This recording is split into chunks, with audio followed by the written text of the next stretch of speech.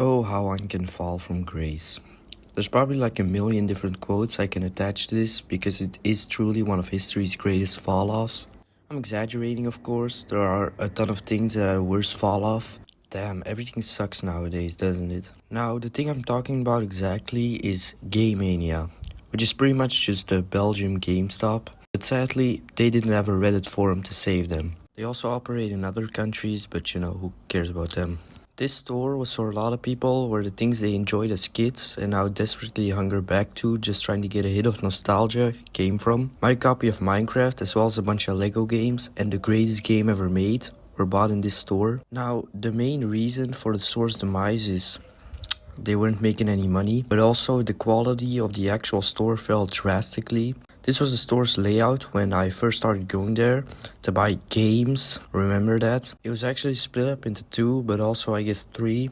The merch, the actual games, and then like the shop window to show all the products that you actually came for, but are for some reason always out of stock. Now, this layout was fine. It was a little weird how you couldn't take something from one section of the store and buy it at the register from another section, even though they were the same store. But you had plenty of room for the shit you actually came for. Now, the store wasn't making any money, so they decided, hey, let's double down on the pop figurines and Harry Potter Legos. So now the shelves where the accessories and Switch games used to reside were now filled with Squid Game puzzles and laptop bags. And that didn't work. Honestly, it made me less excited when I went there to buy something because I knew it would be surrounded by stupid merch that I didn't even care about. And the sheer amount of it sometimes made me contemplate if capitalism is even a good idea. But maybe it's just because I'm older now and a lot of stuff has lost its magic. And before any specific people start telling me I'm not old, I know I'm 14. I still have 3 good years and a month to go before I actually start to feel the true failure of our society. Instead of just complaining about it in my head, okay, I'm getting really off track.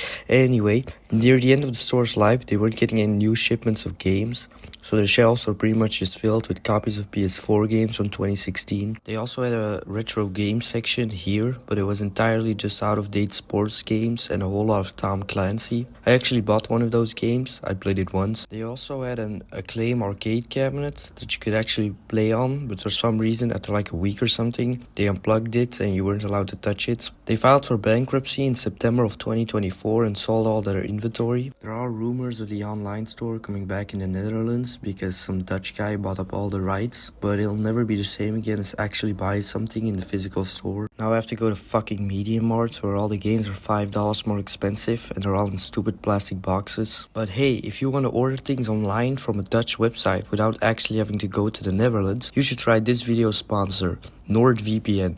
I wish I actually had sponsors. I wouldn't accept them because they're annoying, but I want to buy Necrons. I'm gonna miss these guys. Sure, I have missed them for 5 months now. I think they're turning the building into a shampoo store, but I wouldn't know. I haven't gone outside since January. So let's change that by saying goodbye to a store that has meant so much to me for the longest time, with an old Antwerp tradition. Goodbye, old friend. Hey, what are you doing with that? I will remember you. Will you remember me? Or let your life pass you by. Gonna search up the lyrics now.